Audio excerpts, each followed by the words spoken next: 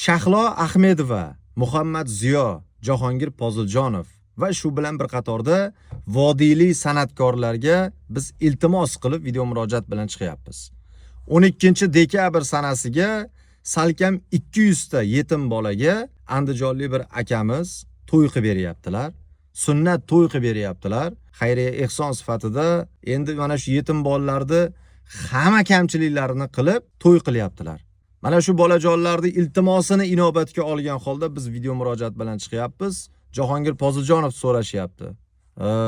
Otabek Muhammad Zohid so'rashyapti. Shahlo Ahmedovani so'rashyapti. Botir Qodirov so'rashyapti. Hamma mana shu bolajonlarning ko'ngliga qaraylik degan maqsadda biz video murojaat bilan chiqyapmiz.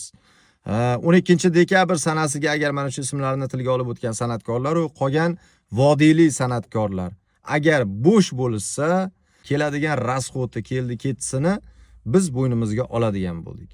Imkoniyatlaring bo'lsa, sizlardan shuni iltimos qilamiz. Yetim bolalarni ko'nglini ko'tarib, kayfiyatini ko'tarib, bir 4 donadan qo'shiq aytib berib ketsalaring biz yana ham xursand bo'lamiz.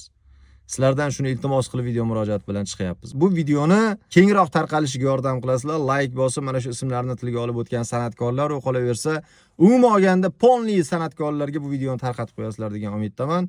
Albatta yo'q deyishmaydi. Agar qalbida iymoni bo'lsa, qo'lida Qur'oni bo'lsa, chin sevgani Alloh bo'lsa, albatta yo'q deyishmaydi.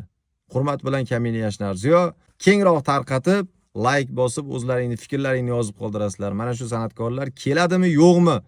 Yetim bolalar uchun kelberinglar, akalar, sizlardan iltimos qilamiz. Jonlaringiz omon bo'lsin. Sog' bo'linglar.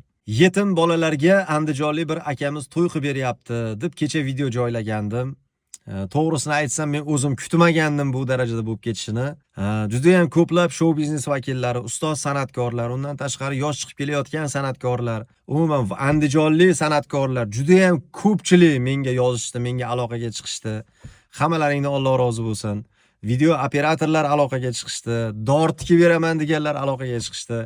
Agar poytaxtdan, Xorazmdan, Qashqadaryodan san'atkorlar kelsa, yo'l kirolarini men to'lab beraman degan akalarimiz menga aloqaga chiqishdi. Hammalaringdan Alloh rozi bo'lsin. Xudo xolasa 12-dekabr sanasiga Andijon shahrida Oltin Saroy to'yxonasi soat 10 da boshlanadi inshaalloh. Salkam 300 ta, 400 ta odam bo'ladi aytdi. 15 ta 20 ta yetim bolani to'yini, sunnat to'yini qilib beradi Xudo xolasa. Birgalikda hammamiz o'tkazamiz. Menga obuna bo'lib qo'yinglar. Bu videoga like bosib, kengroq tarqalishiga yordam qilasizlar inshaalloh. O'sha 12-dekabr kuni qaysi san'atkor keldi, qaysi san'atkor qo'shiq aytdi, hammalarini birma-bir yoritib boraman do'stlar. Keyin ehson qilamiz degan akalarimiz, musofirda yurgan akalar, mana shu O'zbekistonda saxovat pesha akalarimiz, opalarimiz menga juda ham ko'plari aloqaga chiqishdi. Ehson qilaman deganlar uchun men karta raqam qoldiraman. Mana shu kartaga bemalol tashlashinglar mumkin. Albatta sizlarning ehsonlaringni ham ana shu bolajonlar uchun qanaqadir bir esda qolarli sovg'alar yo bo'lmasa o'zlariga kerakli bo'lgan kiyim-kechaklar olib, albatta ana shu ehsonlaringni ham yetkazamiz.